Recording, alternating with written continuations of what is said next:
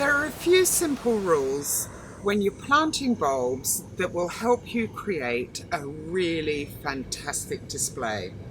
The first is keep it simple. Don't try and create a hodgepodge using too many different types of bulbs. Really pare back the palette and either choose flower colours that all go really well together, or perhaps offer a different, slightly different flower shape or a variation in height.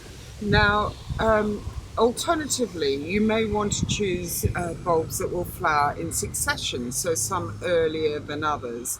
And that means that your display will be prolonged. You'll get a longer lasting display, but it won't be as absolutely jaw-dropping as if you choose everything that's going to flower at the same time. The next rule is be generous. Whatever you choose, plant them in big, bold numbers. And bulbs are a really cheap and easy way of injecting lots of colour into the garden. So take advantage of that and don't be stingy with them. My next rule is don't spread yourself too thin. So if you are on a budget, and let's face it, who isn't, then try and concentrate the displays in areas that you're really going to notice them. So in your patio pots, or beside an entrance, or even on the windowsill, so you see them every time you look out. Next is always plant in odd numbers. So build up your clusters using 5s, 7s, 9s, 15s, etc. Now, how many bulbs you need in each cluster is going to depend on what type of bulbs you're planting. The smaller bulb, the snowdrops and the crocus, you're going to need a lot more bulbs to create the impact than you would if you're planting larger bulbs.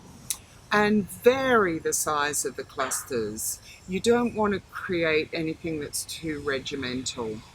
And if you're planting along a line of a border, then plant in drifts. So you've got a cluster of, say, tulipa spring green here, and then repeat it further down and again further down the border still. And that way it just sort of draws your eye along the border. And my final rule is never ever plant in regimental lines or rows. You want it to look natural and therefore just sort of create odd, uneven shapes. Even swathes or ribbons will look good through the border. So there you are, they're my top tips for how to design a really beautiful bulb garden.